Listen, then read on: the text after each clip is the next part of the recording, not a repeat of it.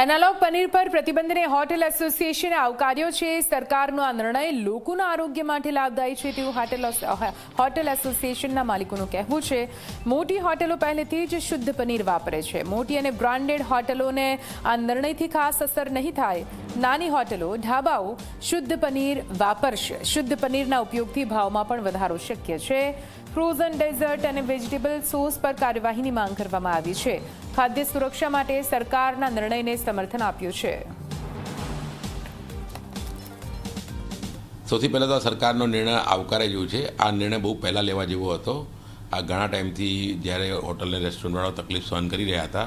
આમાં શું છે કે સ્ટાન્ડર્ડ હોટલો તો બધા દૂધનું પનીર જ યુઝ કરે છે, પણ અમુક જે લોકો સસ્તું વેચે છે અને જે ઓનલાઈન જે સસ્તું જમવાનું મળતું હોય છે એમાં એ લોકોને આ દૂધનું પનીર પોસાય જ નહીં, તો એ લોકો એનાલોગ પનીર યુઝ કરતા હતા। હવે એ સારું છે કે એ લોકોને બી પનીર આ ડેરીનું પનીર જ યુઝ કરવું પડશે, અને આ સાચે શું છે કે માણસના હેલ્થ માટેનું છે। અને આવા હજુ ઘણા પ્રોડક્ટ્સ બજારમાં બીજી બધી ઘણી વસ્તુઓ છે, જેમ એક્ઝામ્પલ આઈસ્ક્રીમની ઘણી કંપનીઓ ફ્રોઝન ડેઝર્ટ તરીકે વેચે છે। એમાં બી એવું જ છે કે લોકોને જનરલી આઈસ્ક્રીમ લાગે છે એટલે લોકો ખાઈ લે છે, પણ એ ફ્રોઝન ડેઝર્ટ એ બી વેજીટેબલ અને પામ ઓઇલમાંથી જ બનેલું હોય છે। તો આવી બધી મેટરોમાં બી તાત્કાલિક સરકારે ફૂડ ડિપાર્ટમેન્ટે એક્શન લેવા જોઈએ